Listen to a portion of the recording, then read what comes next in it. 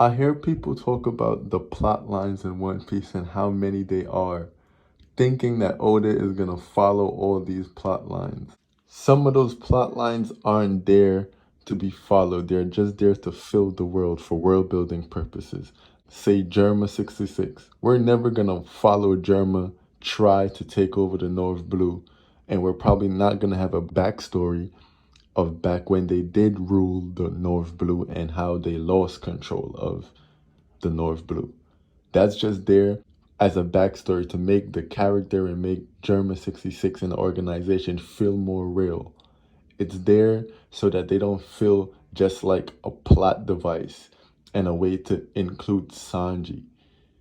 It's like apart from the main plot, apart from Sanji, apart from Big Mom and everything that's going on, this is still its own independent entity.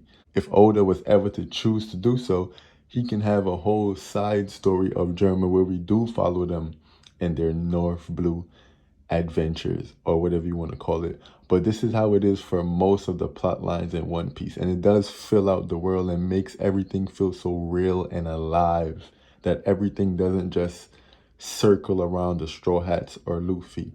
Everyone has their own thing going on. That's why I love it, because it just feels like real life. Like everyone you meet have their own story going on. It just only comes in when you meet them or you get to know that person or whatever. But when they're you or you and they're them and you're separated, everybody's living their own life. That's how it feels for One Piece. Going all the way back for like, say, Water 7.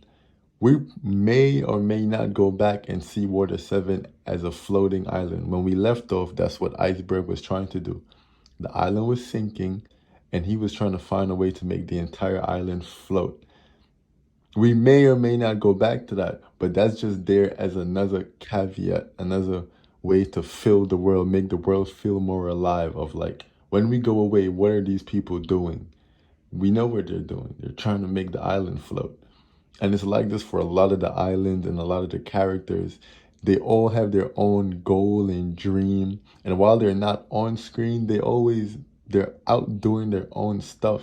And it just makes them feel more realistic. That's why I love all the characters in One Piece. Well, not most of the characters in One Piece. Or I feel like the characters in One Piece have some of the best stories. Of whether you're interested in it or not, they all have something going on. They're all their own individual characters. They all feel like people, not just plot devices and tools being used for a specific purpose.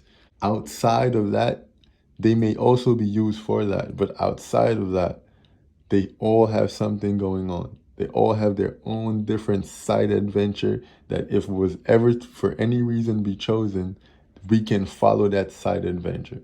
We actually get to see some of these side stories come to life in the form of cover stories in the manga. If you read the manga, you have some of them are pretty good. Like currently there is the Germa, going back to Germa escapes Whole Cake Island cover story going on. Some of the more popular ones were like Enel on the Moon was a very popular one. Buggy's Adventure back in East Blue was a popular one. So yeah, there's also things like that going on. But that's the reason for so many plot lines in One Piece. We're not gonna follow all these plot lines. They're just here to fill the world and make everything seem more alive. If you make that subscribe button seem more alive by hitting it, subscribing, liking the video, commenting. Tell me your thoughts. What do you think about this? Is it annoying? Do you find all the plot lines and different things Oda got going on? Do you find it annoying? Do you like it? Do you actually think it makes the world feel better? Let's have a conversation.